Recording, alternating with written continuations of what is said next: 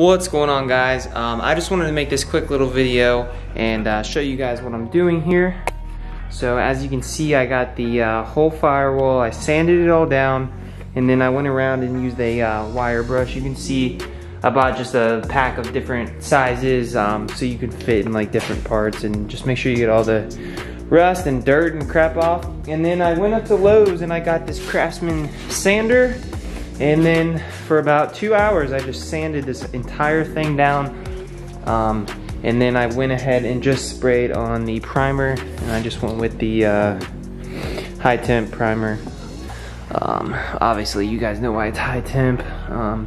But yeah, I went ahead and blocked off the different things. And yesterday, I actually bought a steering box delete because it's just like a black cover that goes over here, because right off the bat I'm not going to be worrying about AC or heat.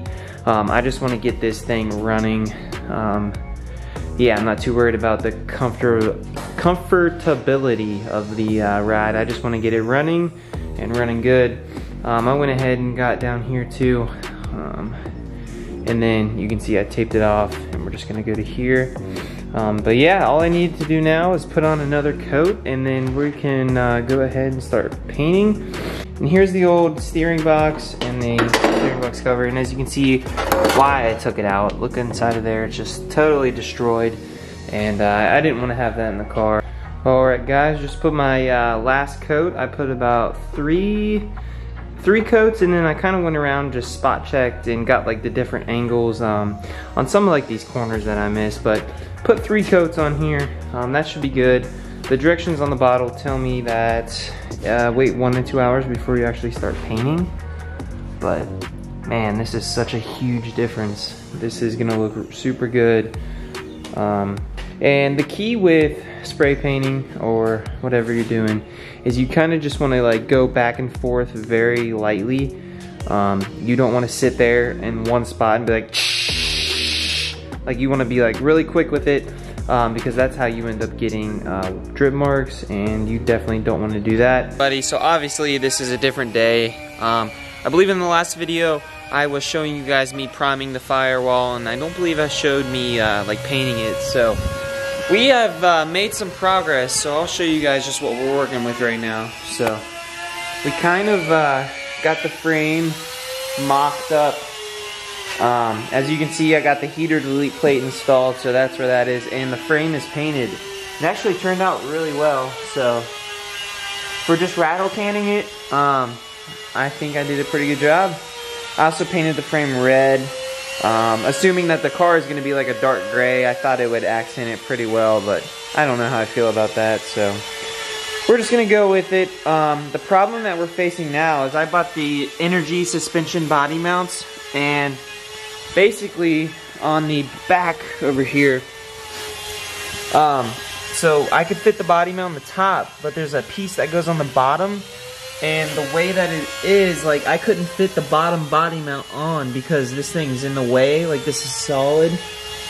So what me and John are having to do is shave the metal around here, like the circle.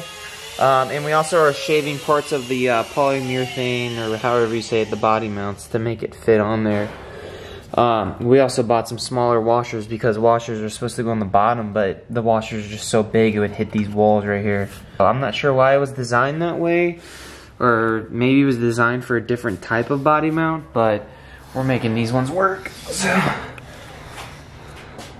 that's kind of what we're running into. So imagine like down here, yeah, if you've got that metal sleeve pushed up against here on that bracket, you kind of got to shave it flat a little bit so that it sits flush in there. Technically it would go that way, but yeah, that's kind of how it has to sit.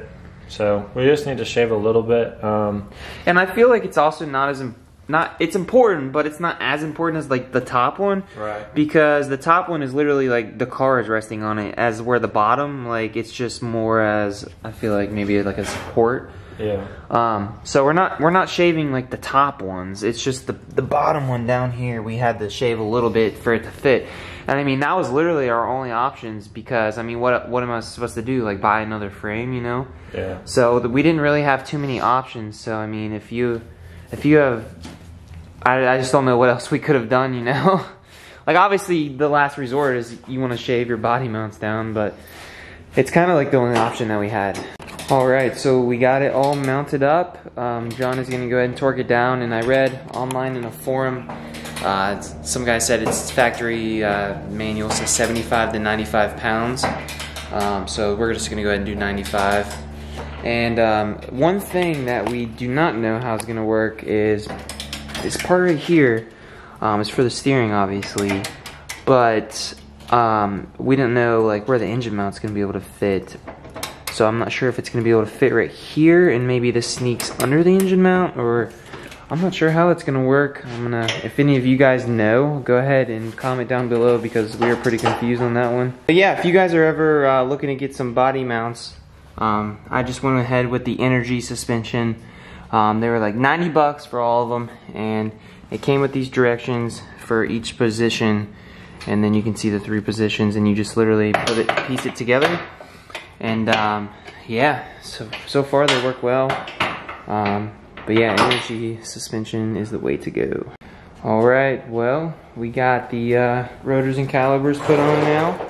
The only thing we need to do is adjust the tie rod, because it's messing up the alignment. If you see the angle, that one's going straight on and this one's facing inward, so you obviously can't drive like that. So these tie rod ends have a bunch of threads on them. So right here is the tie rod, and then the lock nut. So basically how this is loose right here, you'll take the castle nut off so that that'll be loose. This will come down, and then because that's threaded, you can spin it or loosen it just like you would this on here. So you can either lengthen it or shorten it, and then when you have it perfectly lined up where you want it, just tighten this lock nut, and that'll prevent that from spinning and being loose. It's probably what they do when you take your car to get in alignment.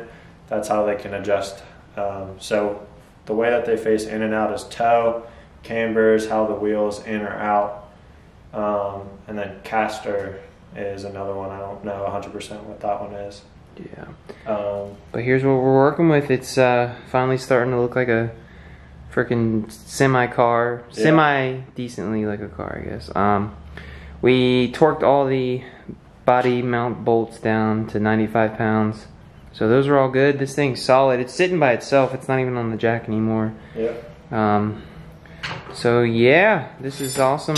I want to eventually get some bigger. I want to do the Willwood brakes, but for now this is just like a temporary thing until I can get them. They're pretty expensive, so I just want to get the car like up and running before I start focusing on like performance mods and everything like that. I kind of just want to get it running and driving, and then I will focus on all that stuff. So yeah, that's probably going to finish off this video. Yep. Appreciate you guys watching. Next step is probably getting the engine back, and then finding somewhere to mount the engine mounts. Yeah, so I think the easiest way that we're going to be able to do that is bolt the actual engine mounts to the engine, and then using the engine hoist, we can lower it down, and we can see where. So the engine mounts will have the brackets attached to them. So then what we can do is when we lower the engine down, pivot the engine brackets how high or low we need to. Maybe like trace it or something. Yeah, so we could take a Sharpie and make a line for the top and the bottom, and then all we need to do, we'll have the lines, grind all the sand up, or the paint off, and then once there's the bare metal exposed, have somebody weld the brackets on there. Yeah. And we'll have it lined up exactly where we need them, so that when we lower the engine in, everything will line up. Yep. So this is pretty cool. We bought a pressure washer yesterday. So what I'm going to do in here is just spray some degreaser and pressure wash all this crap out of here. And then I think I'm going to try to reuse most of it and repaint it all black. And then that'll be good to put back on once the engine's in. Because putting the engine in when it's like this is going to be so much more easier, because you don't have to lift it over the hood. So, alright guys, well, appreciate you watching. Stay tuned, because we're gonna be pumping out episodes as soon as we get the friggin' engine back. So